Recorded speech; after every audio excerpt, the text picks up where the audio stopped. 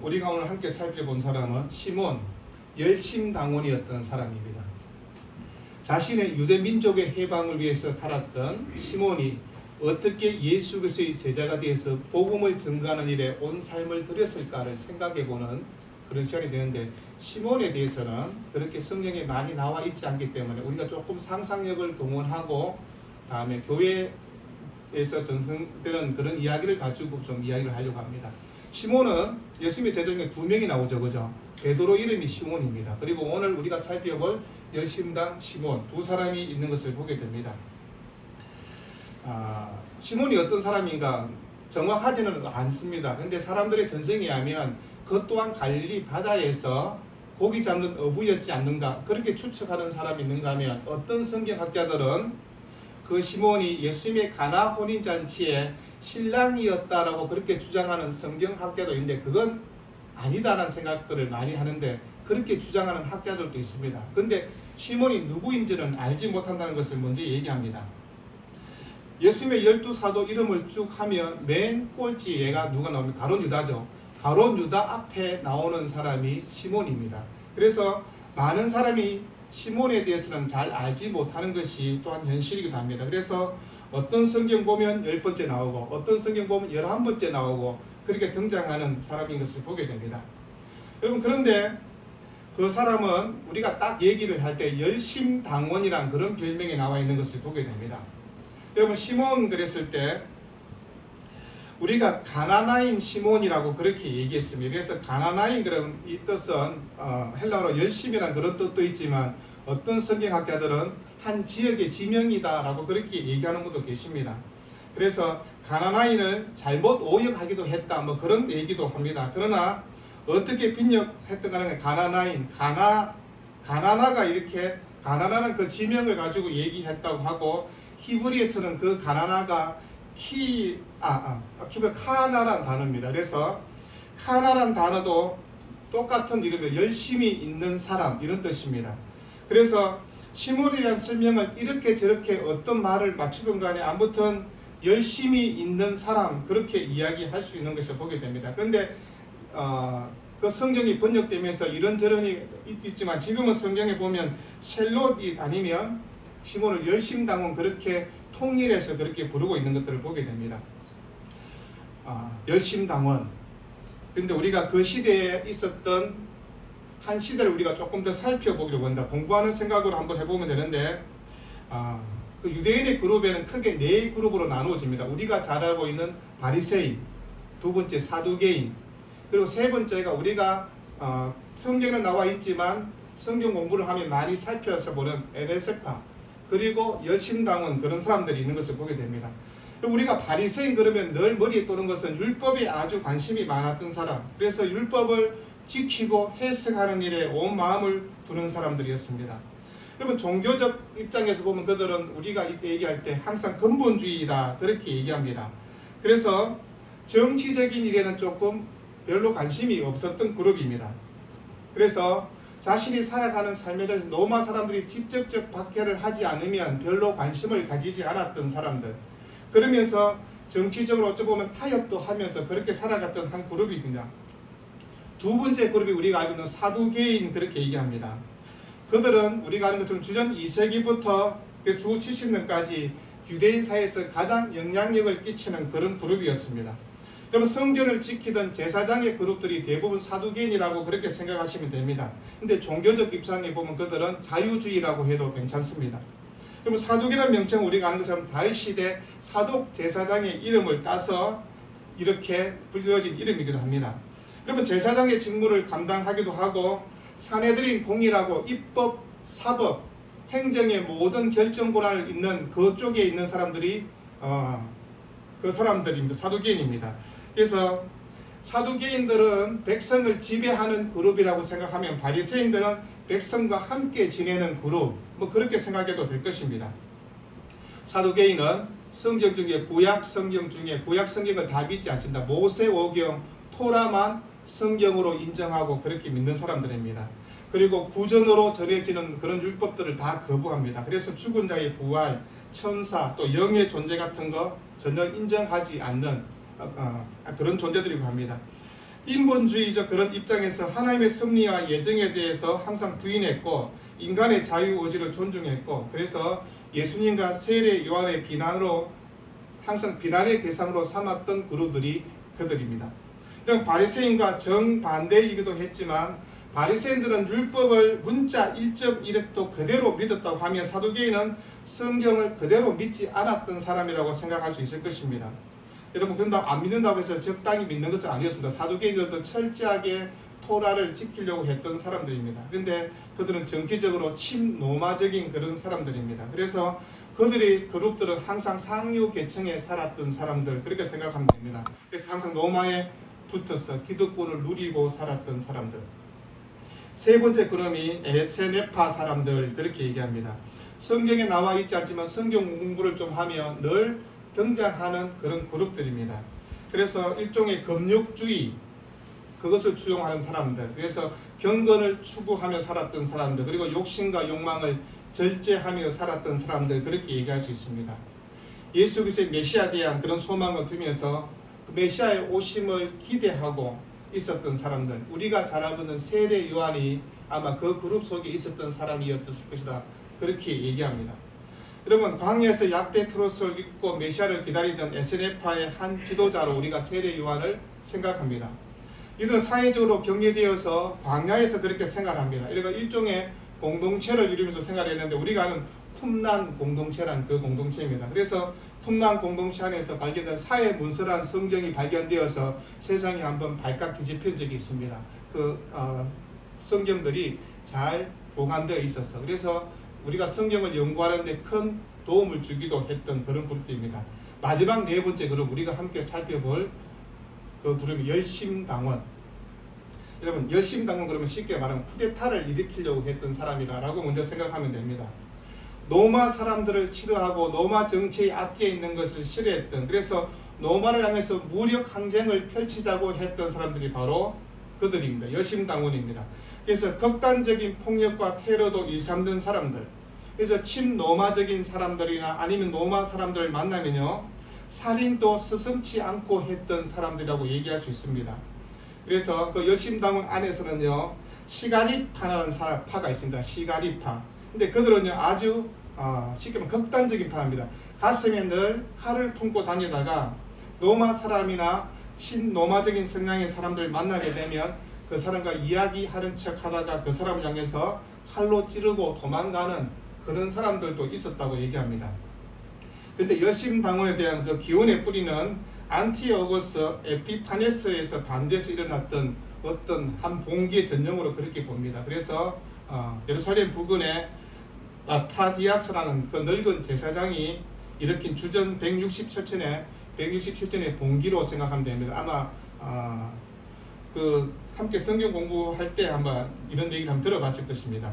5 아들이 독재 한가하다가 그 유대의 정치적 종교적 독립을 위해서 일을 했는데 마티디아스가 죽자 그의 아들 중에 한 명이 망치로 치는 자 이런 이름인데 장남이 유다 마카비입니다. 이런 마카비라는 얘기는 많이 아마 들어봤을 것입니다.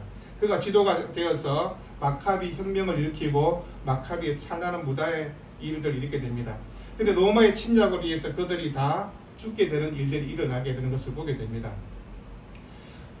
그 당시 사회를 지배했던 로마의 입장에서 보면 팔레스타인에 있는 사람들 유대인을 볼 때는 항상 이렇게 봤다고 합니다. 평화와 번영의 시대는 고분고분했지만 그렇지 않을 때는 항상 폭동을 일으킬 수 있는 휴화산 같은 존재가 팔레스타인에 존재하는 유대인들이었다라고 그렇게 사람들이 평가를 했습니다. 여러분 그런 시대에 우리가 아는 것처럼 헤롯 대왕이 있을 때는요 그가 아주 외교적으로는 능수능란했던 사람입니다.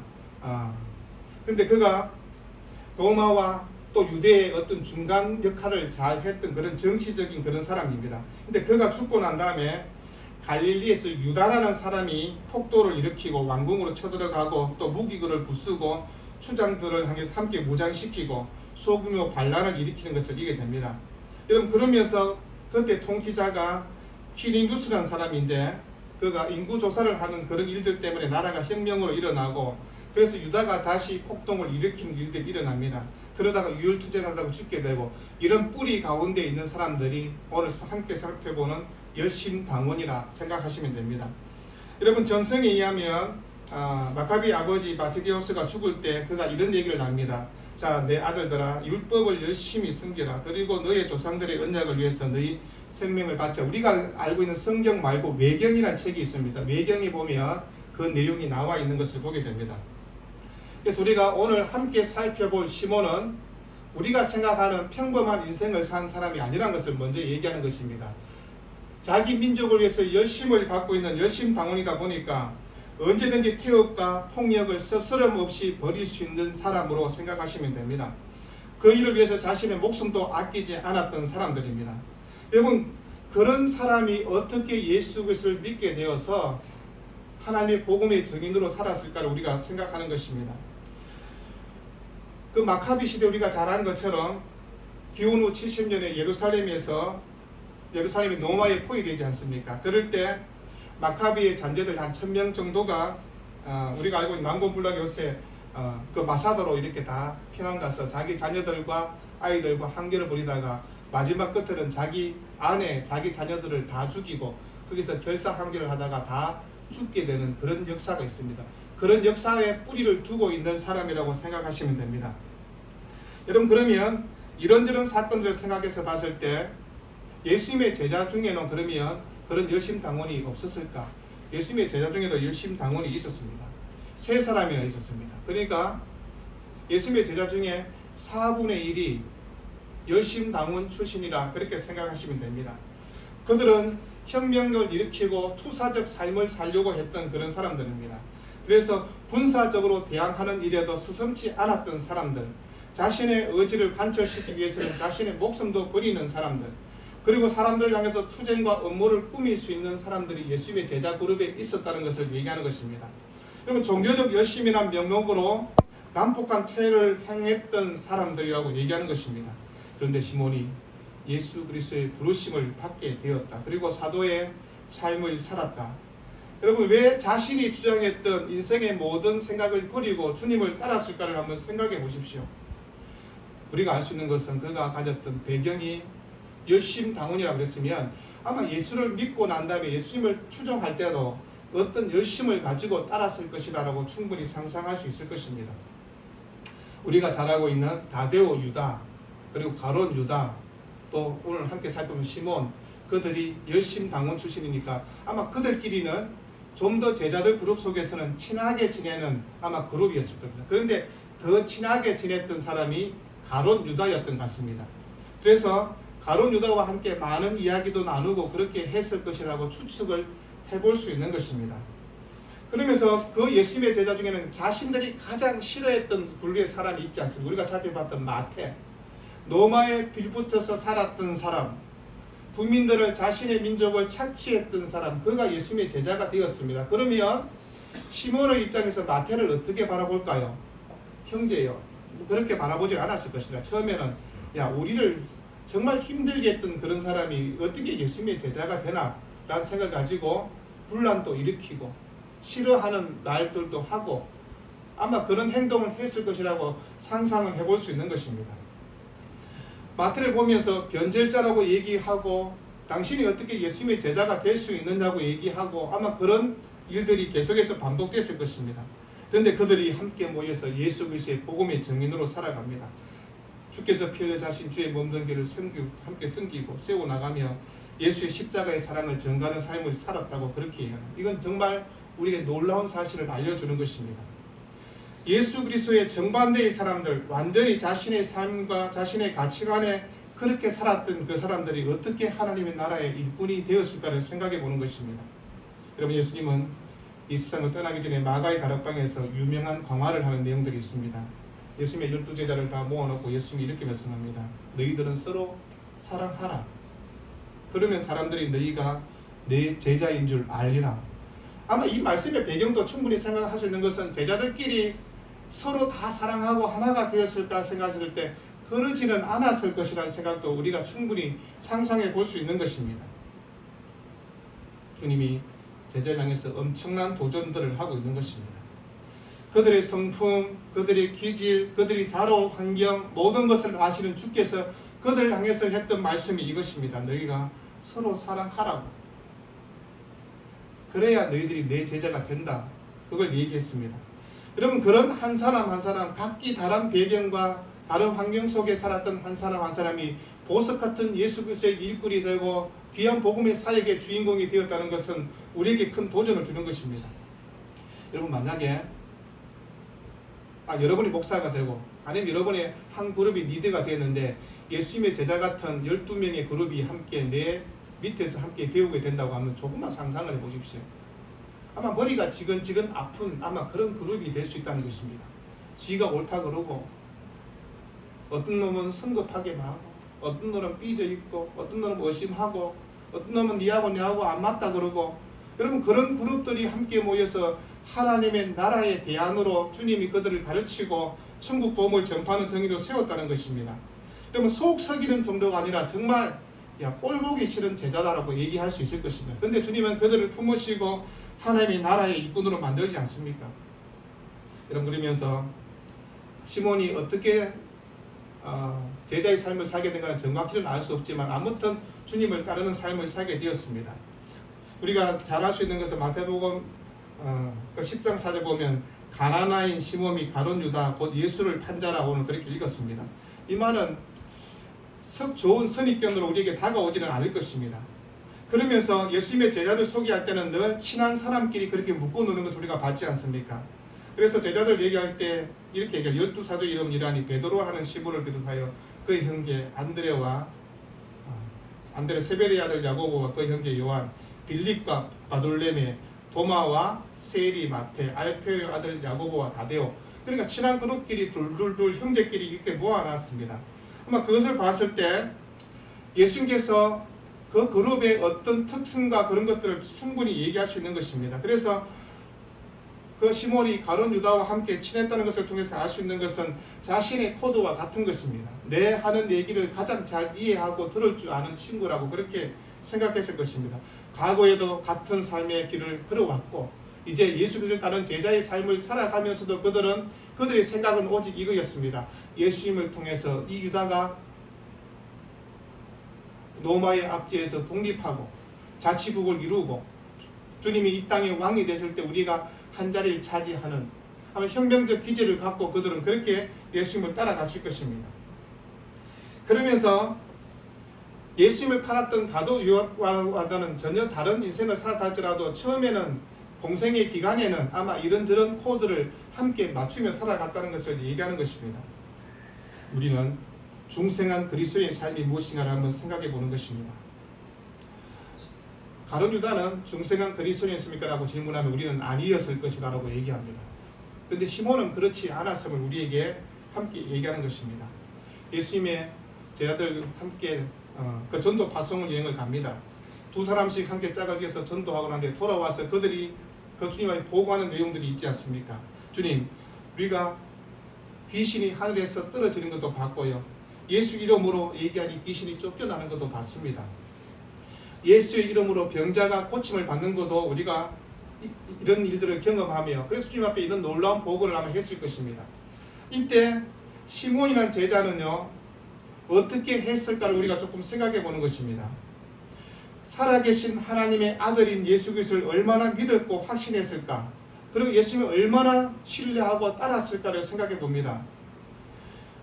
자신의 가장 친한 친구였던 가룟 유다, 그가 예수님을 배반할 때 동조하지 않았던 것을 봤을 때는 자신의 신앙이 무엇인가를 충분히 생각할 수 있어요. 가룟 유다가 만약에 시몬이 이랬다 저랬다는 신앙이면 자기가 그 얘기를 했을 것입니다. 예수님을 파는데 함께 하자라든지 아마 그런 얘기를 했을 것입니다. 그런데 아마 그런 얘기가 성경에 없는 것을 봐서는 시몬이 그래도 신앙적 신앙과는 뚜렷했음을 우리에게 충분히 상상할 수 있는 것입니다. 자신을 향한 민족에 대한 그런 열정과 애정을 가지고 살았던 그가 예수 그리스도의 제자로 삶을 살아가면서 하나님의 뜻을 이루어가는 사람으로 어떻게 살았을까를 생각할 때 우리는 이렇게 얘기합니다. 교회 안에서도요, 딱 예수 믿으면 적극적인 사람들은 적극적으로 예수를 믿습니다. 교회 일도 적극적으로 참석하고 성경이 아주 한 사람의 성격이 아주 소극적이면 교회 일에 참석할 때도 늘 소극적으로 참석하는, 자신의 성격대로 그렇게 예수 믿는 것을 볼 때가 있습니다. 아주 자신의 일에 대해서 큰 책임감이 있는 사람들, 그런 사람은 또 교회 나올 때 책임감 있게 예수 믿는 일도 보지 않습니까? 부지런한 사람은 또 예수님을 섬길 때도 부지런하게 섬기는 것도 보게 됩니다.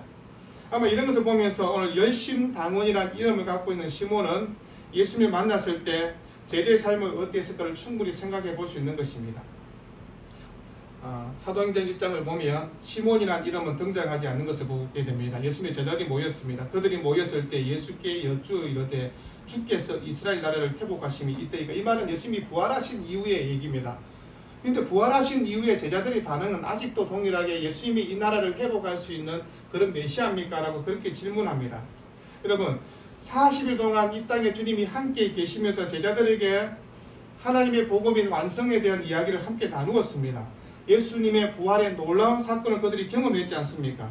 근데 여전히 그들의 기대는 무엇입니까? 이 나라가 언제 회복되느냐? 우리 민족이 언제 구원을 받습니까? 이런 얘기했습니다. 아마 이런 가운데 한 명의 제자가 이런 질문을 던진 것입니다. 근데 대부분의 성경학자는 이 질문을 던진 제자가 열심당 시몬이었을 것이다 라고 그렇게 얘기하는 것입니다. 여러분, 그 질문을 통해서 여전히 자기 민족에 대한 애정과 거기에 대한 집착을 갖고 있는 사람이라는 것을 충분히 보여줍니다. 그때 주님이 뭐라고 대답하십니까? 이르시되 때와 시기는 아버지께서 자기의 고난에 두셨으니 너희가 알 바 아니오라고 얘기합니다.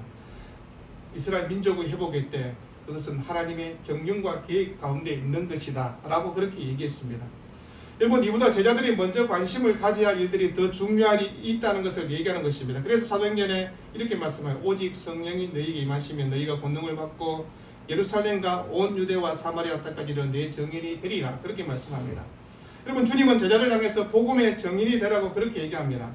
하나님의 나라를 이 땅에 어떻게 해서 실현할 것인가를 얘기할 때 사도행전 1장 3절에 그가 고난을 받으신 후에 또한 그들에게 확실한 많은 증거로 친히 살아계심을 나타내사 40일 동안 그들에게 보이시며 하나님 나라 일을 말씀하셨다. 여러분, 40일 동안 주님이 계시면서 하나님의 나라가 어떤 것을 완전하게 계시해 주고 말씀해 주셨습니다. 예수님이 십자가를 지시고 죽으시고 또 부활하셨습니다. 그리고 하나님의 나라에 대한 일들을 얘기했습니다. 아직도 하나님의 나라에 대해서는 온전하게 생각하지 못했던 시몬의 모습을 우리가 보았습니다. 여러분, 그러면서 그들을 향해 주님이 사마리아와 유다와 땅까지를 증인이 되라고 그렇게 말씀했습니다. 이게 제자의 삶이라고 그렇게 말씀했습니다. 근데 우리는 어떤 삶으로 제자의 삶을 살고 있습니까? 혹시 아직까지도 그 여신당 시몬 같은 그런 성품과 기질을 가지고 예수를 믿고 따르고 있지는 않습니까? 예수님의 열심을 갖고 있는 것은 중요하지만 그러나 어디에 대한 열심인가를 생각합니다. 여러분, 기독교가 사회를 향해서 우리가 분명하게 정의를 외쳐야 되는 것은 맞습니다. 그런데 우리가 칼을 다 품고 가슴에 품고 다녀야 되냐? 그러면 그렇지 않다는 것도 얘기합니다. 여러분, 주의 뜻을 이루어가는 일에는 어떤 것이 가장 소중하고 중요한가를 오늘 한 사람 시몬의 생애를 통해서 우리가 살펴보는 것입니다. 내가 가졌던 고정관념, 내가 살아온 환경, 내가 가졌던 꿈과 비전, 이건 하나님의 나라 안에서는 그렇게 소중하고 중요한 것이 아니라는 것입니다. 그것들을 다 버리고 주가 우리에게 명령하시고 부탁했던 일들을 지켜나가며 순종하며 살아가는 그것이 바로 제자의 삶이라고 그렇게 우리에게 말씀합니다. 여러분, 한국 교회의 가장 잘못된 모습이 뭐냐 그러면 이런저런 얘기를 할 것입니다. 근데 저는 한국 교회의 가장 잘못된 모습은 너무나 지역 교회 안에 머물러 있다는 것입니다. 우리 교회를 사랑하는 것은 너무나 고맙고 너무나 좋은 일입니다. 그런데 다른 교회를 돌아보고 함께 연합하는 일에는 교회가 관심을 갖지 않는 것이 한국교회의 현실입니다. 그 일들을 왜 그렇게 잘못되게 했을까요? 목사들이 그렇게 가르쳤거든요. 자기 교회 안에 잘 섬기고 충성하면 훌륭한 성도라고 얘기하고, 그렇지 않으면 올바른 성도가 아닌 것처럼 그렇게 말을 했거든요. 여러분, 자신이 섬기는 교회도 열심히 잘 섬겨야 됩니다. 그리고 이 나라와 이 민족을 위해서 우리가 해야 할 목도 감당해 가는 것이 온전한 성도의 삶이라고 그렇게 얘기하는 것입니다. 여러분, 베드로가 우리에게 이렇게 얘기합니다. 무엇보다 뜨겁게 서로 사랑할지니 사랑은 허다한 죄를 덮느니라. 여러분, 이게 무슨 얘기를 하고 있는 것입니까? 내가 2년적 가치 속에 편협학 가운데 그렇게 살았던 사람이라 할지라도 그리스도인이 되었다면 뜨겁게 사랑하며 살아가는 사람으로 바뀌어야 된다고 얘기하는 것입니다. 여신당 시몬은 그 삶을 보여주었던 것입니다. 그리고 자신의 인생을 살아가면서 제자의 삶을 살아갈 때 우리가 항상 초대교회 보면 표시로 보여주는 것이 익투스입니다. 익투스 그러면 항상 물고기 모양으로 그려진 곳에 그 안에 글자가 예수 그리스도는 하나님의 아들이시다. 익투스 모양을 가지고 당신이 예수 믿느냐 믿지 않느냐 확인하는 그런. 그런데 익투스 물고기가 나올 때 가장 많이 등장하는 사람이 누구냐 그러면 시몬입니다. 여러분 시몬은 그 말은 초대교회 안에서 자신의 민족을 위해서 복음을 많이 증거했던 사람이라는 것을 충분히 알 수 있는 것입니다. 아마 그런 열정을 가지고 살았던 그거는요, 교회 전성에 의하면 소아시아, 북아프리카, 흑해 지역, 바벨론 그것까지 전도하고 나중에는 이집트 그리고 영국까지 가서 복음을 전했다고 그렇게 얘기합니다. 그리고 그가 나중에 페르시아에서 전도하다가 그곳에서 잡혀서 거꾸로 매달려서 톱으로 그 몸이 잘려서 순교했다. 그렇게 함께 그런 얘기가 전승이 되고 있습니다. 여러분 예수님의 제자들은 전부 다 그렇게 한 사람 사도 요한 빼고는 다 그런 삶을 살았던 것을 우리가 보게 됩니다. 여러분 시몬이 예수님을 만났을 때 그의 감정 속에서는 예수님을 통해서 민족을 해방하자는 마음도 분명히 있었을 것입니다. 아마 그런 열정을 가지고 살았지만 예수 그리스도의 복음을 통해서 그의 삶과 인격과 모든 것이 변화되고 그래서 온 인류의 구원자 되신 예수 그리스도를 만난 인생으로 그렇게 바뀌는 삶을 살았다고 얘기하는 것입니다. 여러분 유다 민족의 한 고정관념에서 세계 모든 열방을 바라보았던 제자가 시몬입니다. 여러분 우리가 얼마나 세계 열방을 바라보십니까? 아니 목사님 우리 교회도 우리 코 닦기도 힘드는데 무슨 세계 열방을 바라봅니까? 그렇습니다. 그럼에도 불구하고 우리가 우리의 가슴과 기도 속에는 이 교회를만 생각하지 마시고 세계 열방을 바라보며 민족을 바라보며 기도하는 열정과 비전을 가진 사람으로 살아갈 것을 오늘 한 사람 시몬을 통해서 우리에게 주님이 얘기하고 있는 것입니다. 우리는 늘 그렇게 얘기합니다. 우리가 할 수 없는 일들을 수백 가지 수천 가지 이해하기를 합니다. 주님 이래서 할 수 없고 저래서 할 수 없고 하나님 내가 적극적이지도 않거든요. 그래서 다른 사람한테 전도하는 거 잘 안 되거든요. 저는 다른 사람 앞에서 말하는 것도 너무 힘들어서 안 됩니다. 수많은 이유가 있을 것입니다. 그런데 주님이 아니라고 얘기합니다. 그리스도 안에서 복음은 너희를 변화시킬 수 있다고 그렇게 얘기하는 것입니다. 예수 그리스도 복음을 위해서 살았던 제자들을 우리가 살펴보면서 우리가 한 가지 딱 깨우치는 것이 무엇입니까? 복음에 사로잡히며 성령의 능력의 힘을 입으며 그의 삶이 어떻게 바뀌는가. 그래서 사복음서에 나타난 제자들과 사도행전을 통해서 나타난 제자의 삶은 완전히 다른 것입니다. 이전과 이후의 삶이 다르다는 것을 우리에게 성경은 얘기하고 있는 것입니다. 여러분 오늘 한 사람 시몬을 우리가 살펴보면서 우리가 한 주 동안 생각해 보십시오. 내 신앙의 삶은 어떤 열정으로 갖고 있는지, 여전히 냉담하고 냉소적이고 영적 마비된 삶을 살고 있는지, 아니면 복음을 향해서 뜨거운 열정과 가슴을 갖고 그렇게 살고 있는가를 한번 생각해 보라는 것입니다. 한주간의 삶의 자리에서 우리가 함께 또 성경에 있는 게 사도행전이 되어버렸습니다. 그럼 사도행전은 성령행전이라고 말씀을 드렸습니다. 복음의 정인으로 어떻게 살아야 되는가를 우리에게 생생하게 전도하고 있는 것입니다. 여러분 이 말씀을 기억하고 또 이 성경을 읽어가면서 예수 그리스도의 합당한 믿음의 죄로 살아가는 여러분 모두가 되기를 우리 주 이름으로 축원드립니다. 기도하겠습니다.